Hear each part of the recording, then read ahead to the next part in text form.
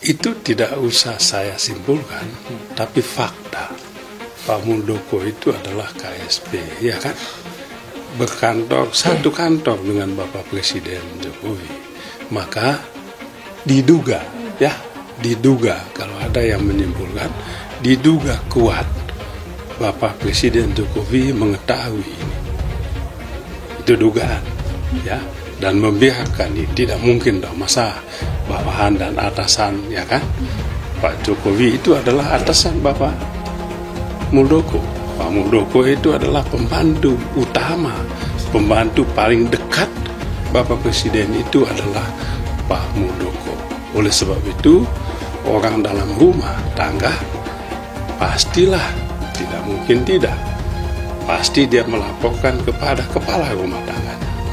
Ya kan, pasti kepala rumah tangganya mengetahui apa yang dibuat oleh anggota keluarga KSP, ya, kepala staf kantor presiden, di mana Bapak Presiden berkantor setiap harinya. Tidak mungkin dia tidak mengetahui apa yang dilakukan oleh anak buahnya. Maka kuat dugaan ada tangan kekuasaan yang ikut cawe-cawe dalam kasus perebutan kepemimpinan Partai Demokrat ini, dan semua kader 514 cabang, 140 Dewan Pimpinan Cabang partai kami, demikian juga di tingkat provinsi 38 siap, DPD siap berada di belakang Mas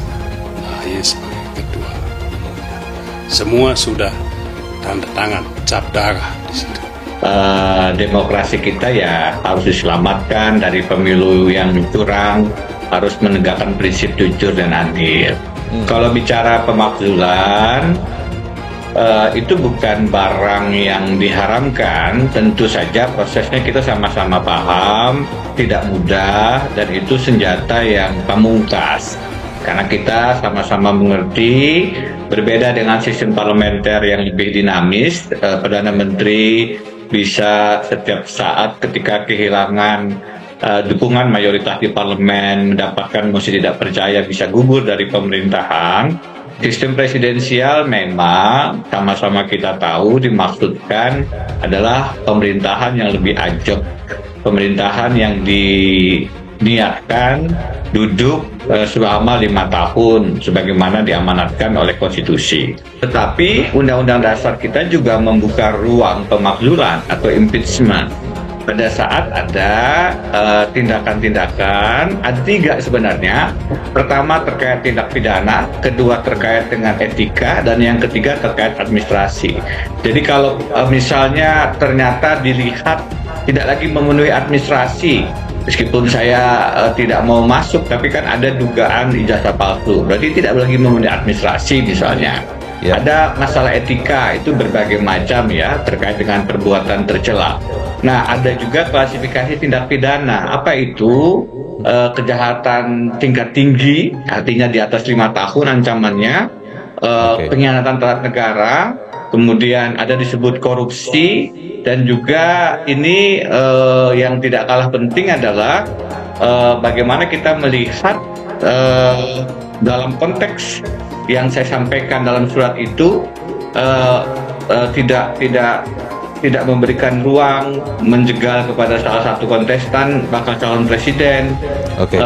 Lalu juga Pak Muldoko misalnya, presiden dugaan membiarkan mengganggu kedaulatan partai, dan yang ketiga menggunakan instrumen hukum untuk mengarahkan pimpinan partai, koalisinya kemana, bakal pasangan calonnya kemana. Nah, 3 ini menurut saya itu bisa dilakukan langkah-langkah penyelidikan, investigasi atau hak angket ya. Penggunaan hak sebelum angket kemudian ya, karena kan kita ini buat pemirsa juga ya. Proses itu dimulai di DPR, bisa dengan mulai hak angket, kemudian ada hak menyatakan pendapat.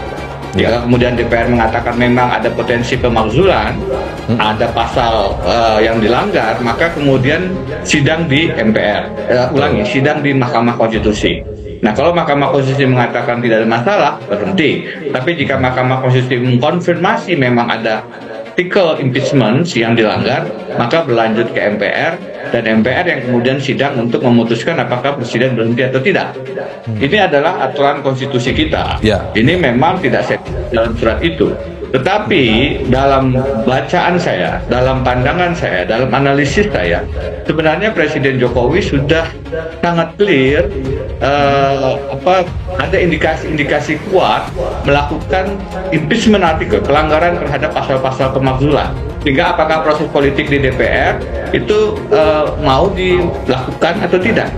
Saya menyadari, saya mengerti, jika konfigurasi politiknya seperti sekarang, di mana mayoritas koalisi pemerintahan itu menguasai parlemen, terutama DPR, tentu tidak mudah secara real politik ada proses pemakzulan. Tapi saya sebagai orang yang belajar hukum tata negara, mengerti soal konstitusi dan pasal-pasal pemakzulan, ingin mengatakan sebenarnya dalam kondisi normal ini bisa masuk ke dalam proses pemberhentian presiden. Soroti kata bahaya Presiden Jokowi. Demokrat kaitkan dengan kejutan Soeharto. Nyuwun pangapunten Bapak Presiden. Wakil Ketua Dewan Pertimbangan Partai Demokrat Rahlan Nasidik mengomentari pernyataan Presiden Joko Widodo soal cawe-cawe yang baru-baru ini dilontarkan. Usai memberi sambutan di Rakernas 3 PDIP di Lenteng Agung, Jakarta, Selasa 6 Juni 2023, Presiden Jokowi kembali menyinggung perihal cawe-cawe yang pernah dilontarkannya. Presiden Jokowi mengatakan bahwa cawe-cawenya merupakan kewajiban serta tanggung jawab moral dirinya sebagai presiden di masa transisi kepemimpinan. Itu karena dia merasa bertanggung jawab untuk memastikan pemilu 2024 berjalan dengan baik dan tanpa ada riak yang membahayakan negara.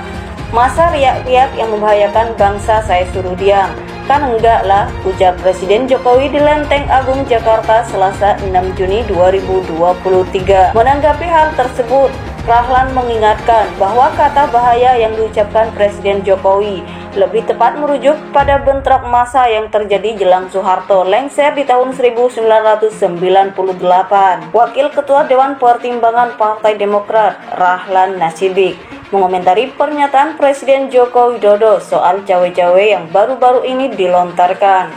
Usai memberi sambutan di Rakernas 3 PDIP di Lenteng Agung, Jakarta, Selasa 6 Juni 2023, Presiden Jokowi kembali menyinggung perihal cawe-cawe yang pernah dilontarkannya.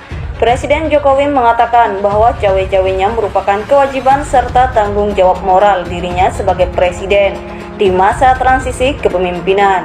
Itu karena dia merasa bertanggung jawab untuk memastikan pemilu 2024 berjalan dengan baik dan tanpa ada riak yang membahayakan negara. Masa riak-riak yang membahayakan bangsa saya suruh diam? Kan enggak lah, ujar Presiden Jokowi di Lenteng Agung, Jakarta, Selasa 6 Juni 2023.